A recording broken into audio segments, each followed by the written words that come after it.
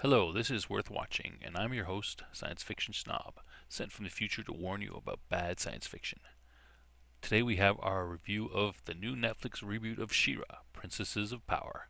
But as a special treat, this review will include the assessment of my two daughters, ages 6 and 12.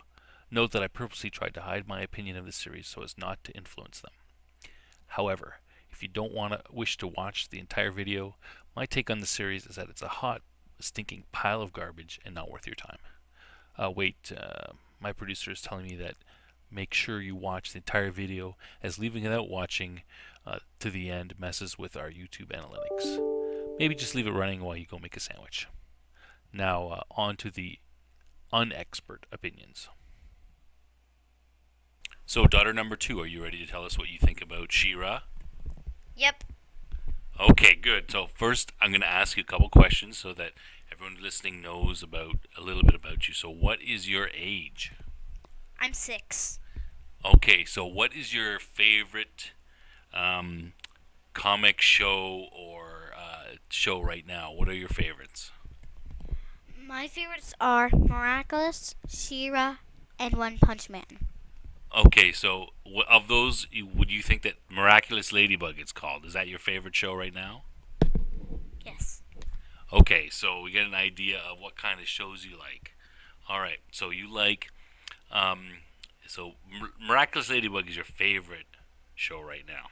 Okay, well let's talk about what you think of She-Ra. What did you think about the She-Ra show? We just watched the last episode. We've seen all the episodes. What did you think about it? I thought it was like the best thing in the world. Really? Okay, well, was it better than the Miraculous Ladybug? No, not that much. So, Miraculous Ladybug is still your favorite, but you liked She-Ra. Okay, so if you had to give She-Ra a number out of 10, right? Like, 1 is really, really bad, and 10 is like the best show ever. What would you rate She-Ra out of 10? I would rate She-Ra out of 7. You give it a 7 out of 10. Okay, well that's a pretty good score. Well, what about Miraculous Ladybug, your favorite show? What number would that get? 100. Well, it's out of 10, so what would it get out of 10? 10. 10 out of 10. Okay.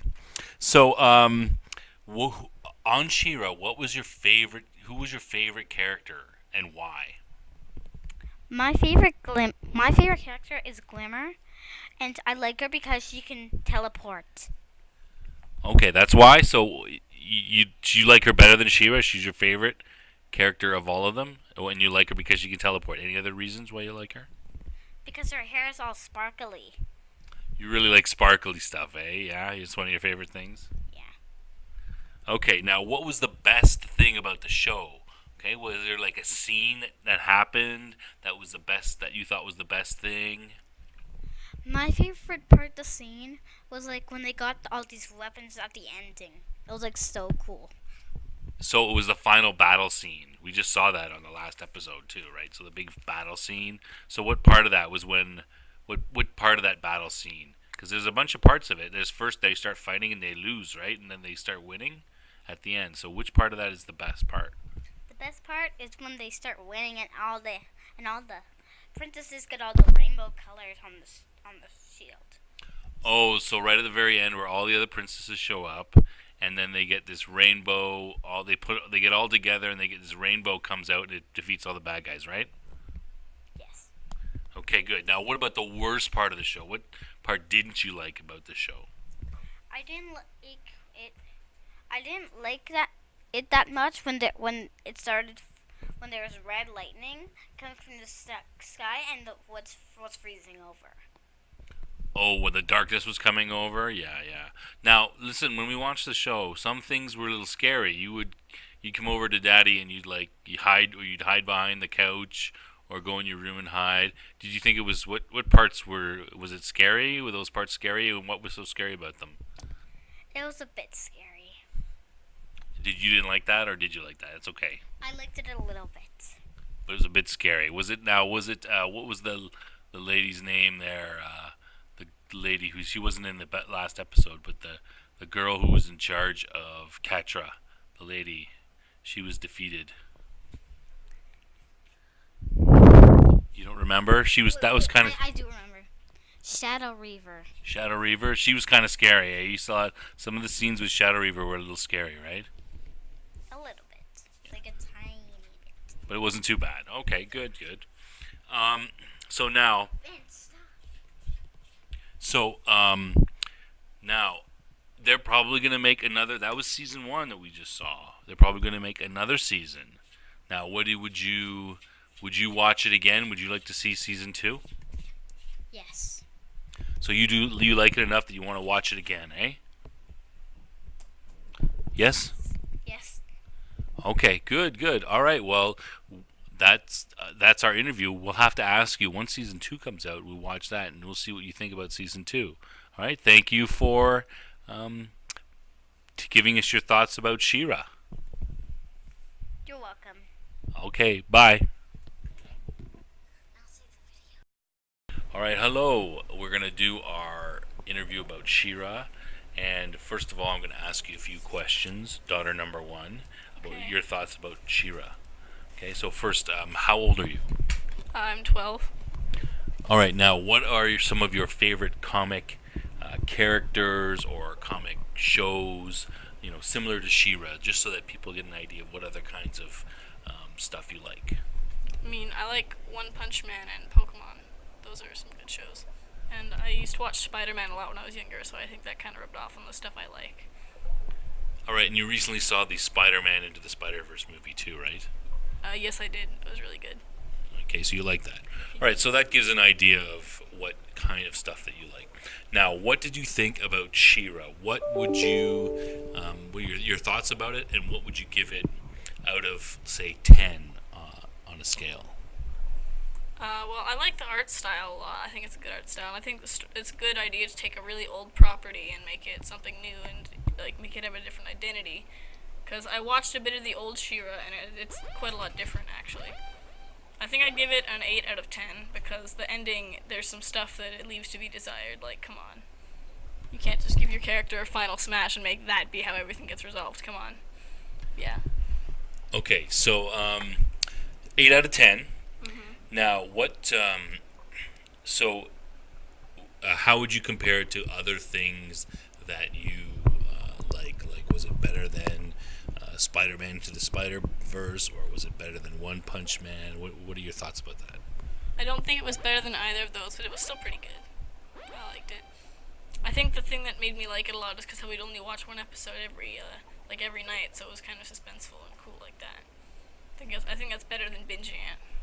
So they make good suspense and they have a good overarching story. Okay, so what were your what about the characters in the show? What were your favorite, some of your favorite characters, and maybe some of the characters that you didn't like? I like Bo because he has the best lines, and I like Entrapta because I think she has the coolest power and stuff, and because she's the most interesting out of all the princesses because she actually goes to the bad guy side, and that's kind of cool. But I did not like the mermaid princess because I just thought she sounds like she wants to die all the time, man. Oof. I don't like her voice because she sounds bored all the time. And the ice princess because I have absolutely no idea how old she is. Is this kid 10? How old is she? The ice princess, she's like preteen. She's Okay. 8 to 10 years old, something like that. Well, then why is she ruling a kingdom? What the heck? What happened to this monarchy? What's going on here? Yeah, I don't know. There's a 10-year-old ruling the kingdom. Okay, so what were your what was the best thing, a best scene, or the best story, something like that you liked about the show? I liked the part when they were all sneaking into the Horde base because it showed how they're all working together and using their different abilities to their advantage. And we got to show off each character's individual strengths, and I think that was cool. But I didn't like how they resolved it because they're just oh, this person got locked behind a door. I guess she died. We're not going to conduct a rescue mission even though we totally can. Yeah, so that was kind of a weird thing that Yeah, I thought didn't about it. like that. It was kind of a weird thing that I thought as well.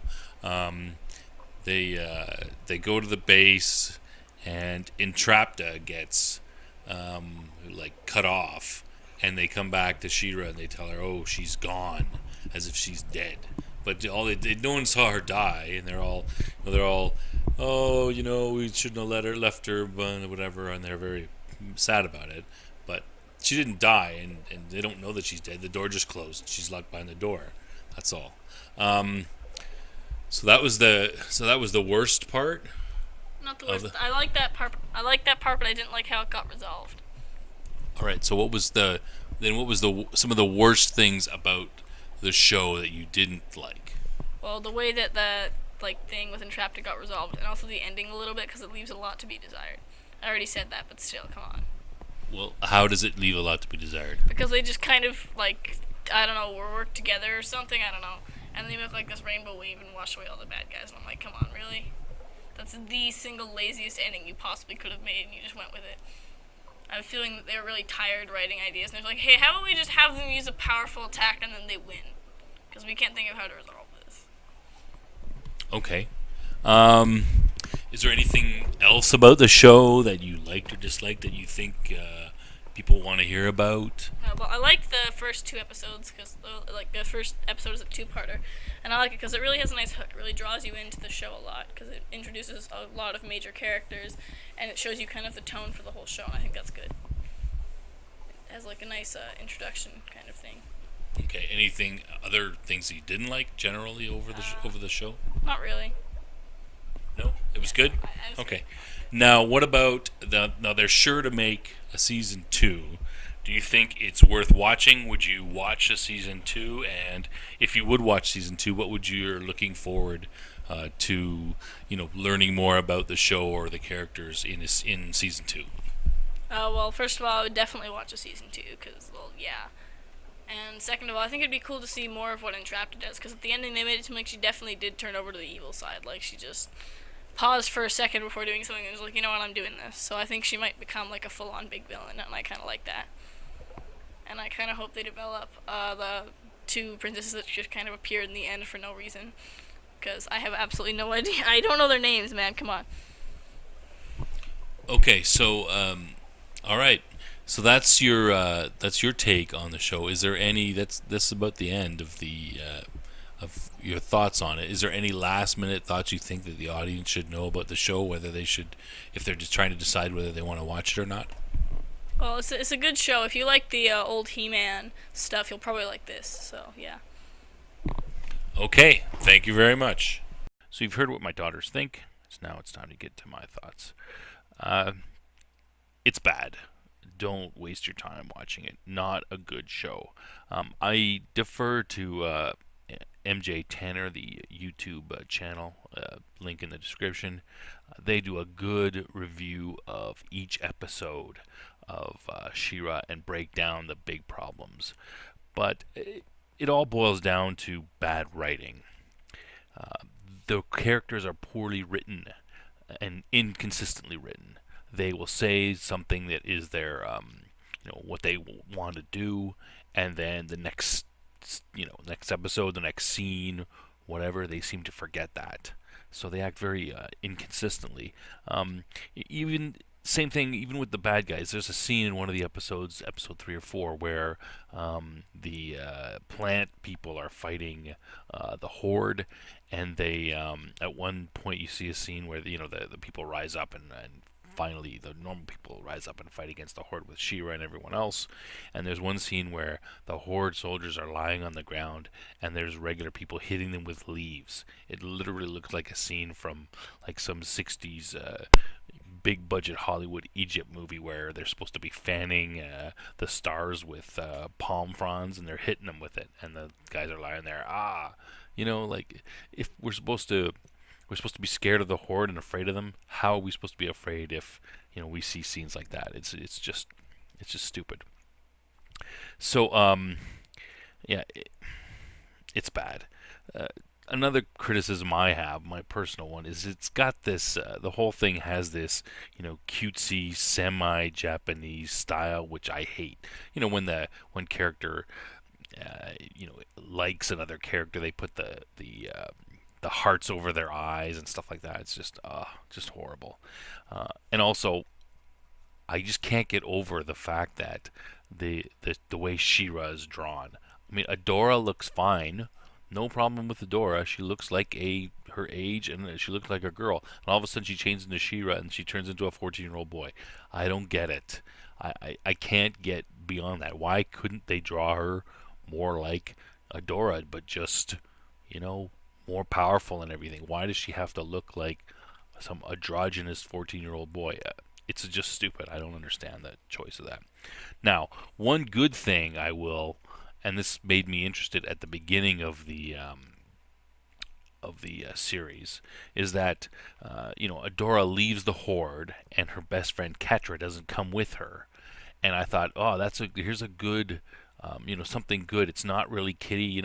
Normally your friend might just come with her, and that would be that. But they leave her there, and it's a point of tension throughout the season. However, they don't they try to take advantage of it, but they do it with the poorly written by. They don't do it properly because they poorly write the characters' motivations, and the characters are not consistent with their motivations. They're back and forth all the time.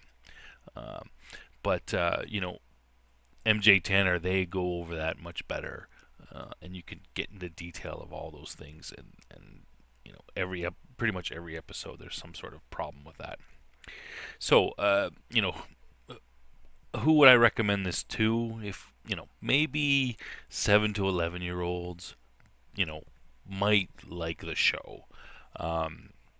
It's got no nostalgia value whatsoever.